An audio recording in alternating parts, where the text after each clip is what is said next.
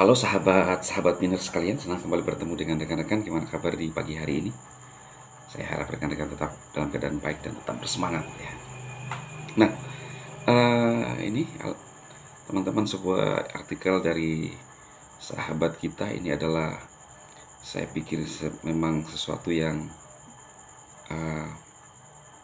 sesuai ya. Alasan kenapa GCV belum diterapkan ya.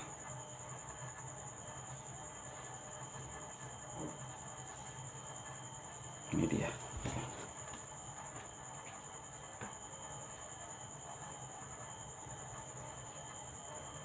Nah, ini saya sudah simpan kawan-kawan. Dari Mbak Dung Pika ya. Dari bahasa Vietnam, saya nggak tahu apakah dia copy juga ya. Lalu dia posting. Nah, kita terjemahkan aja ya. Analisis praktis dan strategi penggunaan Pi Network dalam konteks harga saat ini 0,5 USDT. Mengapa harga Pi saat ini rendah meski sudah tercantum ya? Atau saya pakai judul, mengapa Pi belum menggunakan nilai GCV ya. Pertama, meskipun Pi Network telah terdaftar oleh beberapa bursa utama seperti OKX, GATIO, Bitget, XTCOM, setelah menyelesaikan proses QAB dengan tim inti, Pi belum sepenuhnya dibuka untuk seluruh komunitas. Mentransfer Pi dari dompet mainnet ke bursa masih dibatasi oleh proses KYC, aturan konversi, dan kendali tim inti. Kedua, volume perdagangan Pi di bursa masih cukup tipis. Likuiditas rendah dan tersebar membuat harga rentan terhadap fluktuasi dan manipulasi jangka pendek. Ketiga, ekosistem untuk penggunaan Pi dalam praktik masih dalam tahap awal. Meskipun ada banyak dApps seperti P-Chainmall, Fireside, Pinet Pay, skala penggunaannya masih kecil dan belum menciptakan tekanan beli dan jual yang besar. Ya iyalah, ya kan?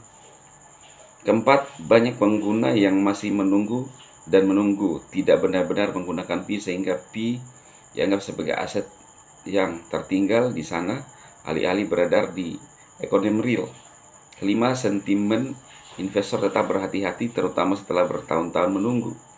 Harga Pi saat ini mencerminkan kepercayaan yang teruji, bahkan saat ekosistem perlahan-lahan bergerak ke arah yang benar. Kapan harus menahan, kapan harus menjual, kapan harus menggunakan Pi? Anda harus memegang Pi jika Anda yakin pada arah jangka panjang proyek, terutama ketika tim inti masih secara bertahap menyempurnakan infrastruktur teknis, jaringan mitra, dan meningkatkan reputasi melalui proses QAB dengan bursa utama. Anda dapat menjual Pi jika Anda membutuhkan keuangan mendesak, tetapi pilih harga yang wajar, 0,6 sampai 0,8, dan prioritaskan perdagangan di bursa yang terdaftar secara resmi untuk mengurangi risiko. Jika Anda memiliki produk atau layanan menerima pembayaran Pi, adalah strategi cerdas untuk menjaga nilai internal dan mendorong penggunaan nyata. Begitu Pi beredar, nilainya akan lebih dari sekedar tersimpan di dompet. Tindakan yang disarankan April-Mei 2025, jika Anda memegang Pi, nantikan pembaruan dari tim inti, khususnya peta jalan pembukaan mainnet dan informasi perluasan mitra pertukaran. Jika Anda memiliki komunitas produk atau layanan, bersikaplah proaktif dalam menciptakan kasus penggunaan untuk Pi. Ini adalah waktu yang penting untuk mengubah Pi dari aset digital menjadi sarana untuk mengedarkan nilai. Jika Anda mengoptimalkan portofolio, Anda dapat menjual sebagian kecil Pi untuk memutar modal ke aset pertumbuhan, tetapi menyimpan sebagian besar untuk menangkap gelombang pemulihan saat ekosistem berjalan lancar. Kesimpulan praktis, fakta bahwa Pi telah terdaftar di bursa utama setelah menyelesaikan QAB merupakan tonggak penting yang menegaskan keseriusan dan transparansi proyek. Namun harga Pi saat ini masih mencerminkan masa transisi, Kepercayaan sedang dibangun kembali, ekosistem mulai matang, dan arus kas besar belum benar-benar mengalir masuk. Gunakan Pi dengan bijak pada waktu yang tepat, di tempat yang tepat. Jangan panik menjual, dan jangan duduk diam menunggu harga naik. Tahap ini adalah saat Anda memposisikan diri untuk masa depan. Dari Mbak Yung Huyong. Nah itu ya kawan-kawan, kenapa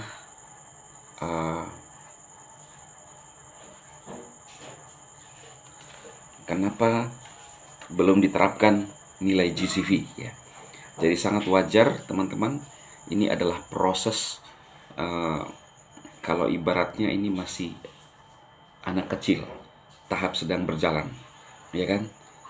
Tidak ada yang, coba kita bayangkan lah ya, mungkin juga kita salah persepsi ya sebelumnya ya. Jadi tidak seperti disulap, ada proses yang kita harus lewati dan kita harus jalani kawan-kawan. Saya pikir itu yang sangat rasional. Nah, jadi bayangkan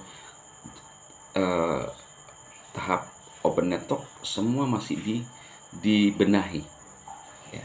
Tidak ucuk-ucuk seperti BTC ya, menurut Bang Nicholas ya, yang dimana Bang Nicholas sendiri memperbandingkan Pi dengan BTC ya. Mungkin BTC tidak terlalu rumit, tetapi Pi itu menggunakan sistem yang SCP, Standard Consensus Protocol, kemudian menggunakan dompet non kustodial yang tidak dimiliki oleh BTC, di mana kita bisa melakukan kecepatan transaksi. Kalau ibaratnya ini masih dalam tahap selain menggunakan ekosistem, ini masih tahap sosialisasi untuk para investor atau mereka yang bermain di bursa ya. Mereka belum mengetahui sepenuhnya sebenarnya bagaimana cara kerja Pi. Itu bahasa sederhananya kawan-kawan ya. Jadi mereka dalam proses penjejakan ya ibaratnya. Ketika mereka sudah tahu, kalau kita kan udah tahu, makanya bertahan sampai saat ini karena ada ekosistem yang kuat. Nah kalau kita sudah paham apa yang sedang terjadi, maka kalau saya pribadi dan mungkin teman-teman itu melakukan hold ya, menyimpan. Jadi mereka masih melakukan penjejakan sehingga pada saat, tapi saya yakin apa yang dirancangkan, yang dibuat oleh Bang Nicholas, visi daripada Bang Nicholas itu akan terjadi kawan-kawan ya. Oke ya, saya rasa itu informasi di pagi hari ini. Tetap semangat untuk rekan-rekan pioner, tetap optimis ya. Yakinlah bahwa kebaikan itu segera terbit ya. Keberhasilan itu segera terbit. Selamat pagi kawan-kawan, tetap semangat.